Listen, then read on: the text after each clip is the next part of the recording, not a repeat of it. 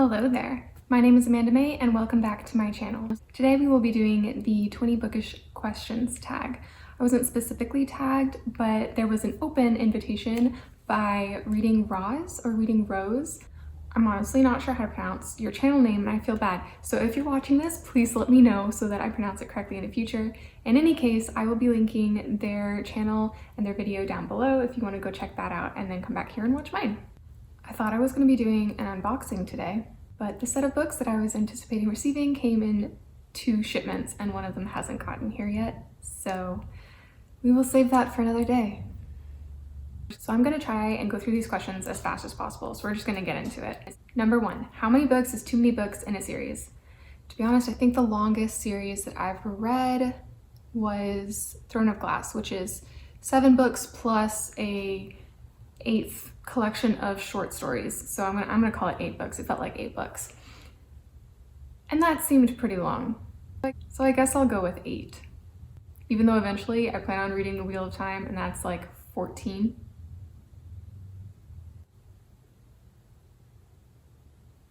Number 2, how do you feel about cliffhangers?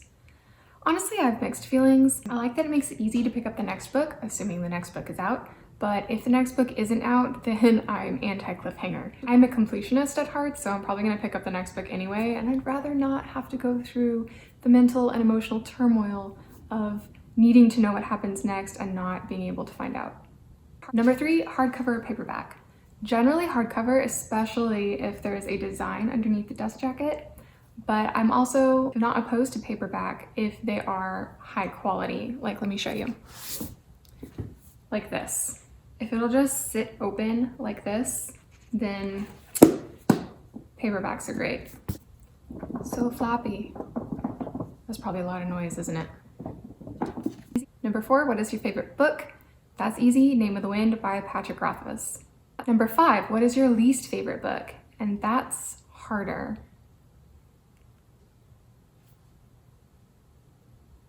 Maybe Great Expectations. I had to read that for school and I honestly couldn't finish it. Or for a more recent book, maybe Follow Me to Ground by Sue Rainsford. Yeah, I just thought it was really strange.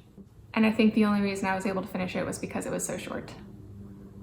Well, we're gonna wait for that to pass. Background noise. Isn't this mug super cute? It makes me happy. Are you gone, plane helicopter thing? Number 6 is love triangles, yes or no? In general, I guess I don't mind them.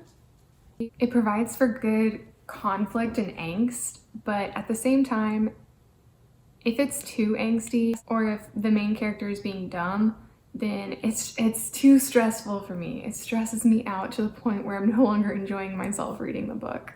Number 7 is what is the most recent book that you couldn't finish? And I think that would have to be a nonfiction book because I generally finish the fantasy books that I start.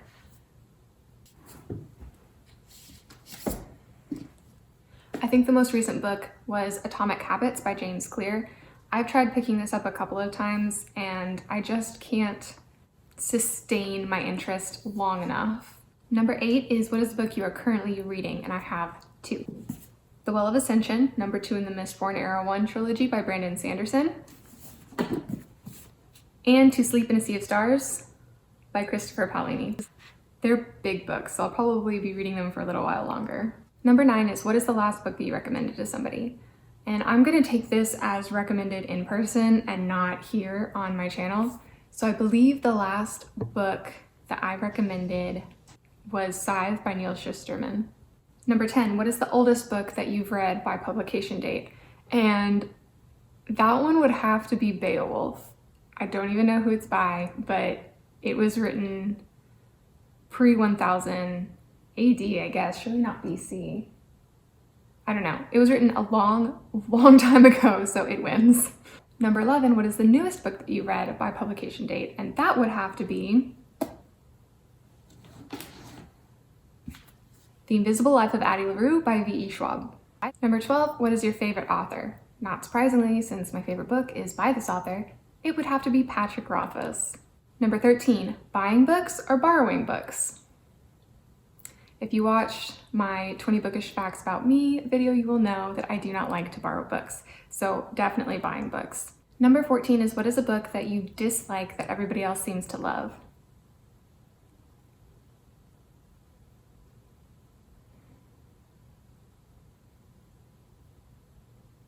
This is hard.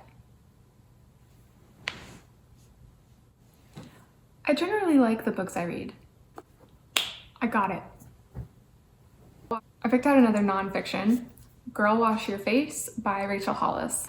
This book was okay and it had some good points, but other points were borderline harmful, and I honestly just didn't like her writing style or the way she talks about things.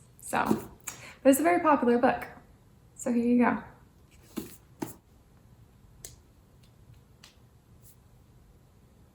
Number 15 is bookmarks or dog ears, and that is so easy. I love bookmarks and I don't like messing up my books, so definitely bookmarks. Number 16 is, what is a book that you can always read? And the cop-out answer is my favorite book, The Name of the Wind, but let me think of something else. I'm gonna go with Aragon by Christopher Paolini. This was a book that I didn't actually pick up until I was in college, and I didn't read much in college because college was hard, but this book did help me get back into reading for a short time while I was in college. Number 7 is, can you read while listening to music?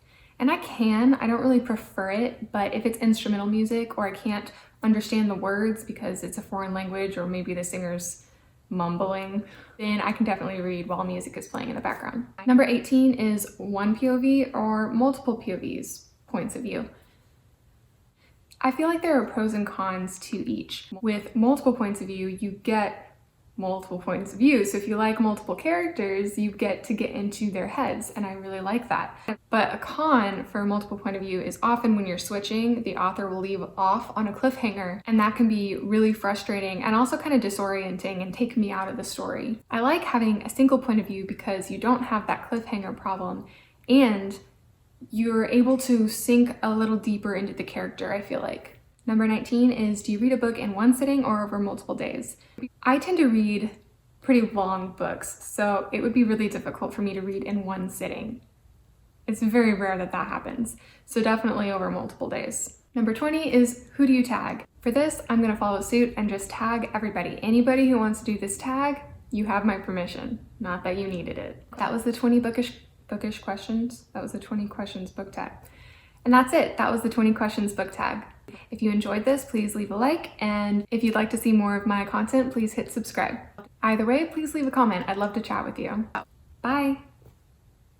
That was the 20 questions book tag. That's hard to say.